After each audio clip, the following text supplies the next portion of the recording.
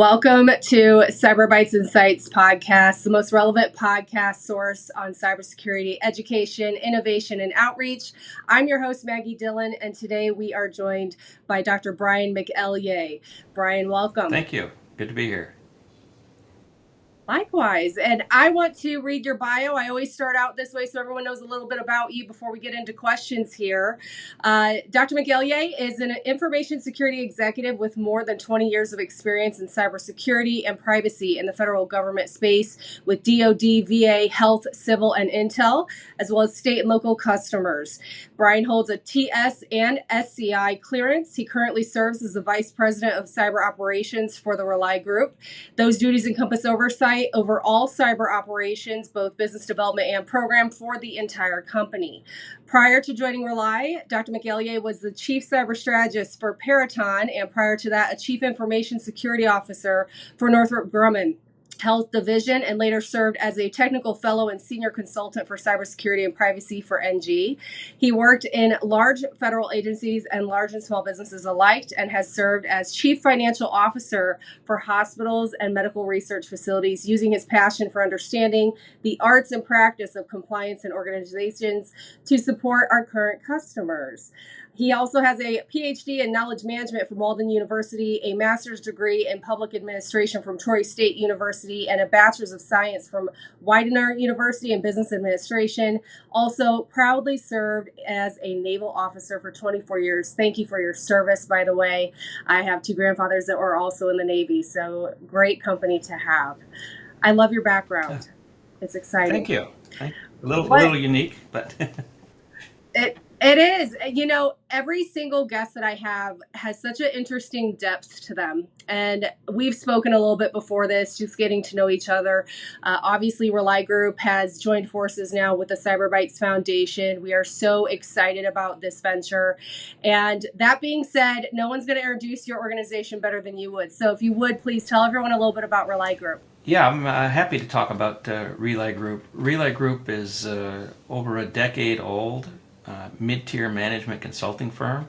We're very, I would say, progressive and innovative. Our primary market focuses are health and national security sectors. We primarily serve the federal, state, local, tribal, territorial entities for the government. We don't do really any private work. Our specializations is really about 7 of those that I would say are true specializations. And they range from IT modernization, emerging technologies, to program integrity, obviously cybersecurity that we'll talk more about, data management and analytics, health information, health informatics, and clinical quality management. When you look at data management and analytics and health informatics, this deep expertise that we have is being bridged for our application in cybersecurity. So in short, it's going to serve as sort of our foundation for our cyber big data analytics framework, and I'm pretty excited about the opportunity to build that out. As you know, in cybersecurity, data is the holy grail. And so we'll talk certainly more about that too later. But that's Reli, a very progressive, innovative company built with a strong culture of wanting to serve the American public. Absolutely. It's really interesting. A lot of the things that you tapped into, we are having tons of people wanting to partner with us, but yours is very specialized. And one of the reasons that you joined CBF, I find to be very perfect situation here with regards to our Zero Trust Lab. So could you expand a little bit on that, perhaps? Yeah, certainly my top priority at Reli is to advance our defensive cyber operation capabilities. And you can do that in a lot of different ways. One of them is through academics and industry partnerships and foundations such as CyberBytes Foundation. But when I think of the CyberBytes Foundation, and we looked pretty hard at CyberBytes Foundation before we made a decision to step into that entity. And when we looked at it, it was everything that we found sort of matched where we were going, and from the center of excellence that you have, which has the cyber lab, which you're building out a zero trust lab, and that's immensely interesting to us, and that you didn't. It wasn't. I guess a short way of saying it was, you brought in top tier, high powered companies such as Zscaler and Varonis and Microsoft, and those were the ones who spoke at your Zero Trust conference or symposium. And with that, it's just not, for a company, a mid-sized company or a small company, you don't get that kind of exposure. And so being able to partner with the CyberBytes Foundation and get exposure into your center of excellence, but also where you're going from the future with the cube for artificial intelligence and the data analytics, advanced data analytics, and of course this being a cyber professional yourself, being able to keep abreast and ahead of what the nefarious actors are doing and how they're using adversarial AI and such. We've got to be on the cutting edge along with them, and so entities like yours, who's going out and building these world-class facilities, it gives us an opportunity to join in with a consortium of businesses, but also the top tier talent that you bring in, the top tier leaders in the industry. So we get to have that kind of exposure, which is really pretty hard to find out there. And we wrestled with, were we going to try to build our own lab, cyber lab, and looking at the return on investment, looking at the expenditures that it would take to do that. Looking at other partnerships with other maybe possible academic institutions. Your foundation came out on top as the best investment for Reli. So we proudly stepped in to be a partner, and we're just signing the paperwork now. So we're looking forward to a bright future with CyberBytes Foundation. Likewise, you said a couple of things that tugged on my heartstrings, and I want to go back. The best teams are the ones that believe in one another, and I see that across the board with our partnerships. And we're really big on quality versus quantity, and we want to work with the best of the best, more importantly, veterans. And when you bring all of those things together, it is exceptional. And just the way you even explained that, I think that really encompassed the partners that we're looking to work with for many years to come as we expand this entire campus. So thank you for those words. And likewise, our internal team here, we all work very hard. We're just as dedicated and passionate to our national security. And as we identify incoming companies or even sponsors, donors, things of this nature, it has to make sense from many different angles, but also, is it cohesive to the overall mission? And is it something that makes sense later on down the road? So we're really excited to have you. And I wanted to ask you, what were your thoughts on our Zero Trust event? And I'm selfishly asking that because we have so many events coming up and we want to get people over there. Yeah, I thought it was incredible. And for several different reasons. I attend a lot of conferences, and have attended a lot of conferences, and typically it's the presenters don't have much time to be able to spend individually with the audience members. And what you created for the Zero Trust Symposium was a very intimate setting. And we had almost an hour before the session, and you're talking to the industry leaders in this from Microsoft and Varonis and Zscaler, and so to have that kind of opportunity, and then just have it was almost to use your words, almost like a fireside chat as we sat there, and they had a terrific moderator from Zscaler, and it was just to be able to listen to them and direct your questions to them in a setting like that. It's just something you don't get an opportunity to do very often.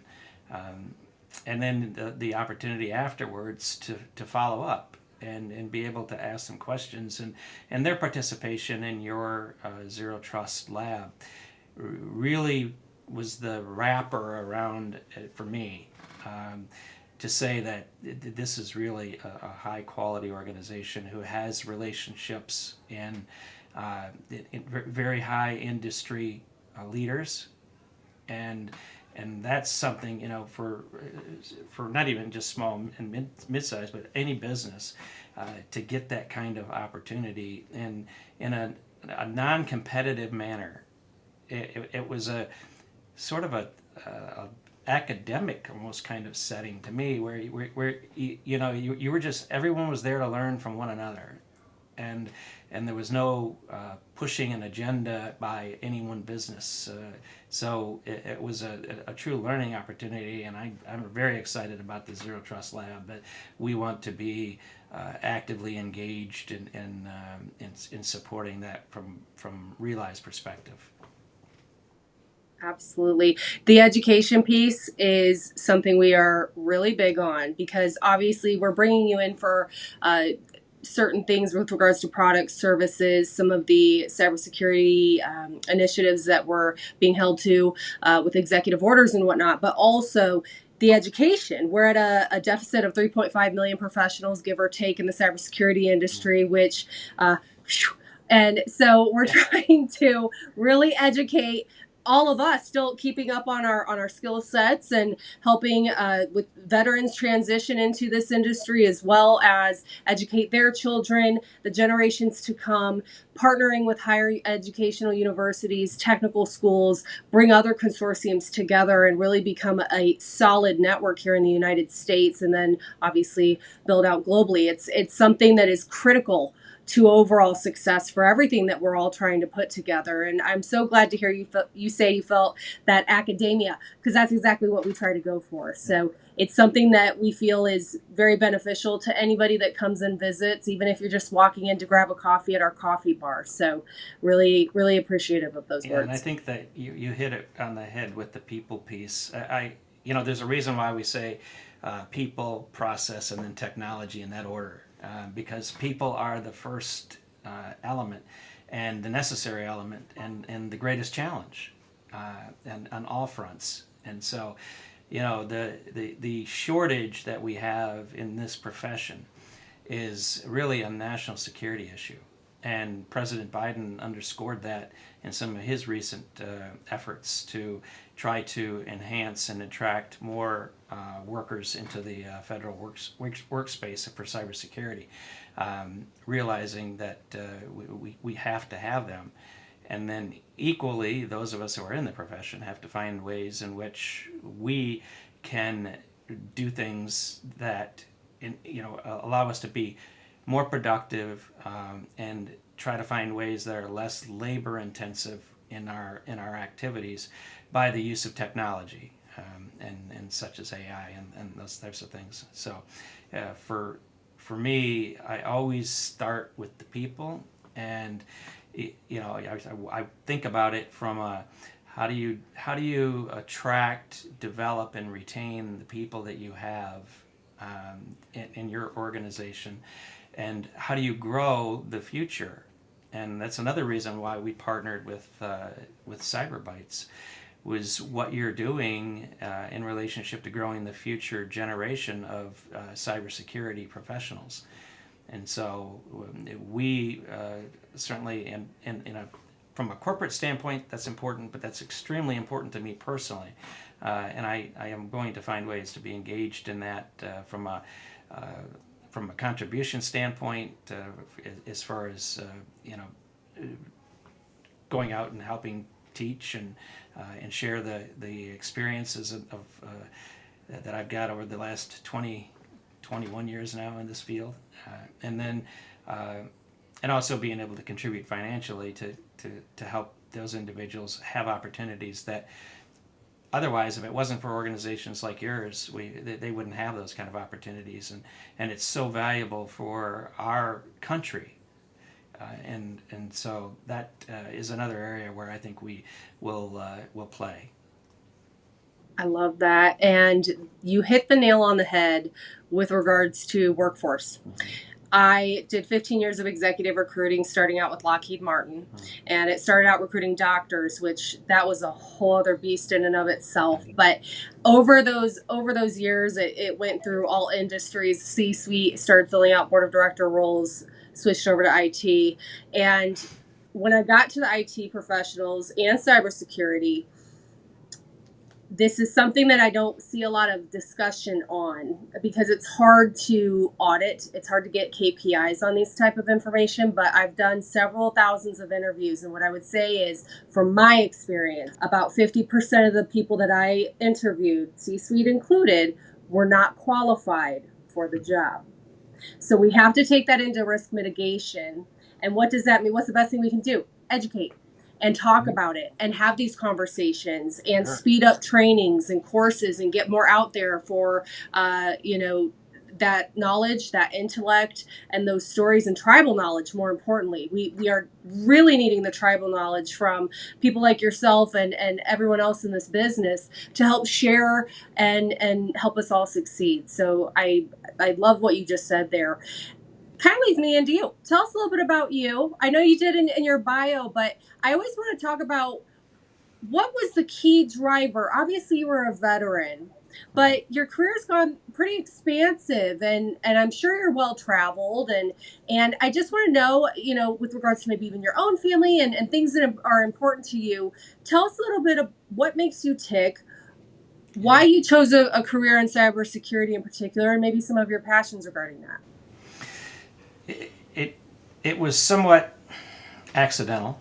I was involved in the healthcare side of in the Navy, and so I was always passionate about having a positive impact on the health of individuals, and being able to create the safety and welfare of those individuals.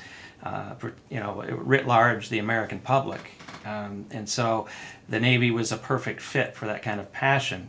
I got into finance at the second half of my 25 years, and went into the CFO route, and so that took on an interesting kind of dynamic, because finance, at least in the military, is about the art and practice of compliance, as you mentioned in my bio.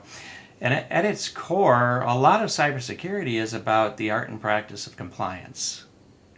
And we talked about the people aspects and things. And so I was kind of sitting around the house after I retired, and a friend of mine who I'd worked with called me and said, we got an opening here for somebody to help implement HIPAA for the United States Navy.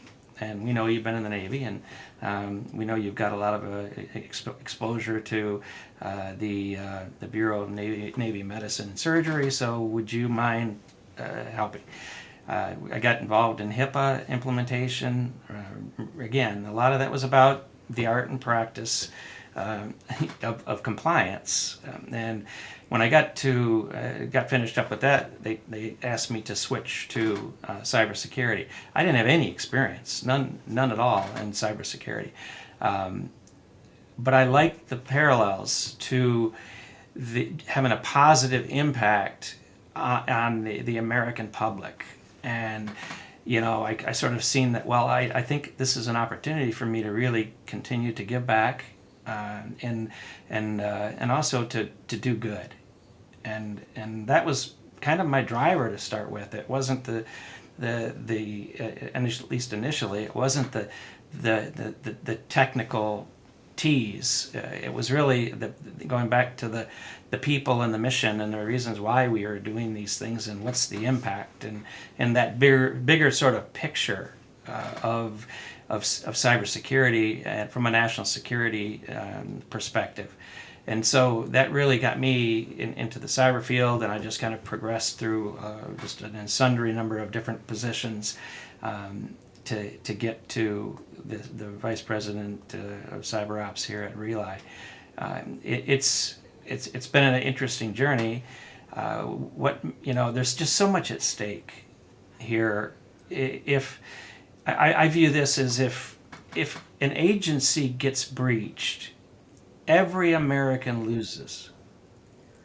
And so I look at it like, if we have an opportunity, our government colleagues entrust us, if they select us for a contract, to do really important work. And so it drives me. I don't want to disappoint them. I don't want to disappoint the American public, who's we're using their taxpayers to pay us to do the work. So, it's really that piece about if an agency gets hacked, we all lose. So what can we do collectively in order to help the government through maybe our government public-private partnershaps? Support through entities like IACT, who's very, very, has a great reputation and has a great business model, if you will, of being able to connect industry and government together and work synergistically to address the challenges of the government. And so there's lots of different ways that we can get involved to help ensure the safety and the security of the American public and their data that they entrust the government with. Because I talk about there's so much at stake. We can't have, it would be very detrimental to us if the citizens lost trust in the government to protect their data. That would be very detrimental to us. And so I don't approach our contracts in a very light manner. I look at that as my first and foremost responsibility is to make sure our teams are doing everything that we can and above and beyond to be able to secure the systems and the networks and the data for the federal government in state and local and tribal. So I'd say it's that drive of making sure that continuous quest of excellence. And Nike used to have a saying: there is no finish line, and there is no finish line in cybersecurity. So when I talk to the people entering this field, it's the first thing I tell them is that there's no finish line. You have to have a constant quest for excellence, and you've got to be driven. You've got to be self-driven, and you've got to hopefully see the bigger picture of what you're doing and the impact that it has. Even on the private side, the same thing. If we get our private entities get hacked, it's very detrimental to our society. So we have to have the diligence and the discipline that this field requires. You mentioned the word. I got into it by accident, and I'm a believer there are no accidents personally, but you hit the nail on the head. This is a 24/7 unforgiving industry. It does not stop, and it takes a very high level of intelligence, of discipline, of effort, and seriousness.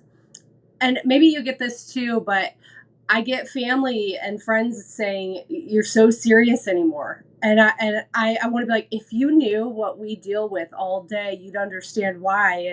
And then you kind of take a deep breath and a step back and realize there is and you kind of, you didn't mention it, but I saw some things. You're talking about having the citizens not lose faith in their government, but some of these things they can't understand, especially if they're just starting up their business. They don't really understand hacking or cybersecurity. They're just trying to get money to keep food on the table and these types of things. So maybe it's a matter of having these types of exact partnerships, these types of podcasts, conversations to help everybody understand what's at stake, all of our protection for our families, our loved ones, and our country long term.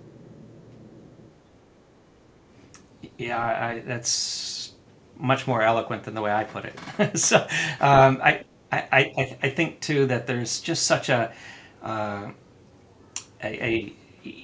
a morphosis in this profession that we we have to learn a new a new set of terminologies and a new skill set too that historically your CISOs and security operations center leads and such didn't have to have the business expertise that you need today.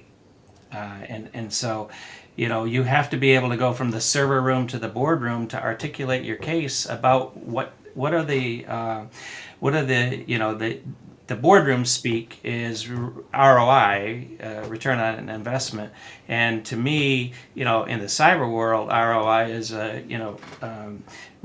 risk of incident, and so being able to put things in a business context and then take it back and be able to explain that back to the team, the cyber team, and so that we start to have that communication from a business perspective, because at the end of the day, cybersecurity is a business objective like every other business objective that an organization has, and it's a competition for resources, and that's where I think that one of the reasons why I have been successful is because I came from a finance background too, and so I sat in the boardroom and I listened to the decisions that they were making and how they wrestled with very, very difficult choices, and it come down to risk management and what's the greatest risks to the organization and where do the limited resources that they have, how do they cut that pie in order to be able to address the multitude of items that they've got on their plate. And so that's a difficult decision for boards to wrestle with. And I think that this field, we have to be more business minded now than ever before.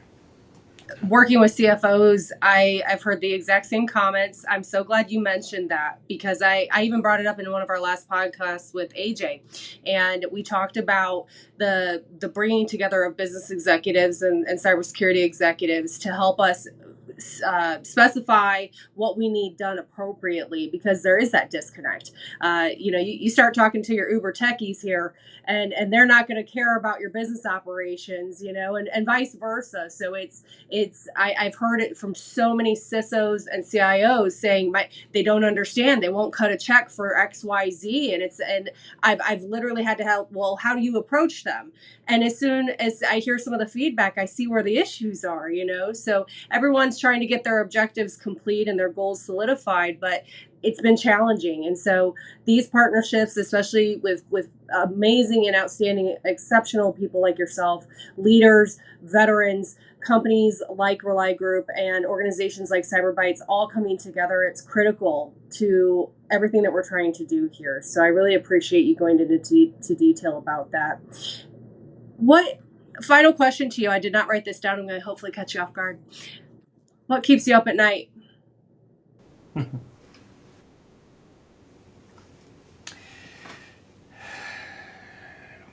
Yeah, I've got a wonderful team, so that helps. It goes back to the people first. Got an incredible team of leaders who oversee the operations across Reli Group. But what keeps me up at night is, are we doing enough to stay ahead of the adversaries? And so, we, like everybody else, you got limited resources pulled in multiple different directions, and just high burnout rate in this profession too, and particularly in our security operations centers. And so I go back to this: how can we attract, develop, and retain the people?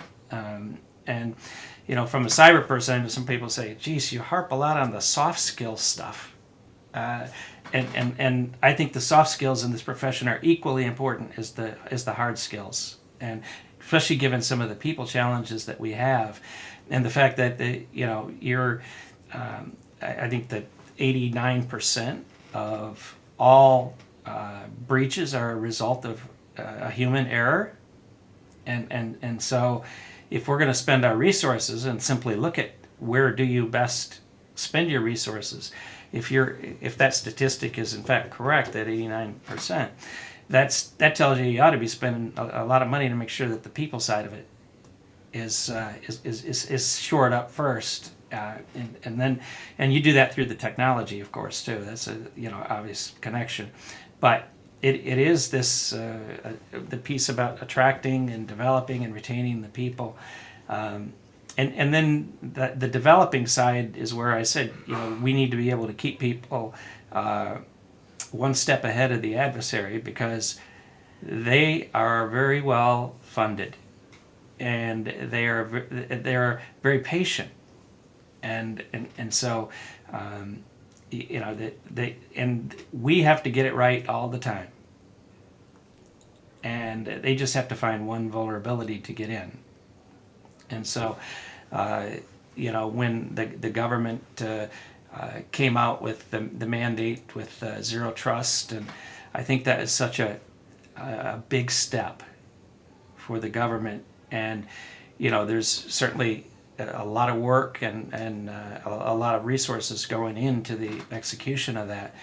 But at the end of the day, I'm hearing conversations that I've never heard before with some of our colleagues, and about how they can prevent lateral movement in the organization, and what type of identity and access management, and protecting the data, and having the high valued assets identified, and data categorization, and on and on and on. These are intense discussions now happening within the agency. So I think that's a very healthy thing. That we're now having those kinds of open discussions, and trying to find ways in which we can implement the zero trust architectures in a way that isn't extremely burdensome, and takes into account all of the investments that have currently taken place in an agency, and then by exception start replacing things and putting the various tools that we have in place in order to be able to secure their systems and networks and data. So I would say it's the keeping our team ahead of the adversary. That's what I would say keeps me up at night more than anything. Positive note. And I really hope that your words really open the eyes to people watching this, so they understand the severity of what we are all working on, the pressure on everyone's shoulders, and we all feel it. But for those who, one, don't care about technology, they don't care about what element of human risk they are, they don't care about any of the things that we've talked about in this conversation, please know how hard we're working to keep you safe and protected. You in particular, sir, thank you for your service. I say thank you for your service to all veterans, but also to the cybersecurity professionals as well, because I understand the dedication and level of loyalty and commitment and gut-wrenching days it takes out of all of us. So thank you so much for all of your words. They were super inspiring. And from my end, I would not be Miss Dillon if I did not say, together we will not fail. And if we keep pushing forward and having conversations like this and partnering together, there's no way that we don't really make a difference and an impact against adversaries, but more importantly for our children, and helping inspire them to want to come on board and support what we're doing. And in the meantime, let's have some fun with our summer camps and some of the drones that we're building, and the robotics and whatnot. There are a lot of fun things coming out of this, and I think it's just a matter of how do we balance it all in the complexity of that juggling game, so to speak. But I really appreciate everything that you just said. If anyone wanted to get in touch with you, Brian, what's the best route to go?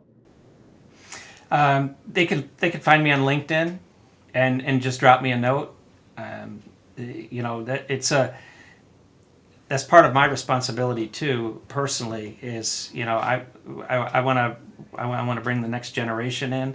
I'll just close with that. There's only about 23% females in this profession, and that's another pet peeve of mine. That I'm very proud of Reli. Reli has 43% females in our cyber teams. So that's an incredible statistic, and one you don't find much out there. But there are a lot of different universities out there doing good work to push females into this profession. So for the females who are listening, come join us, please. We need you here.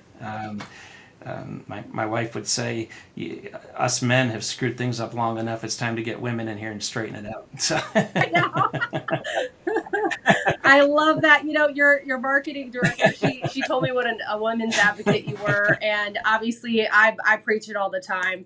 But yes, we absolutely need more women. And I say that because we bring an element of different methodology, different solutions.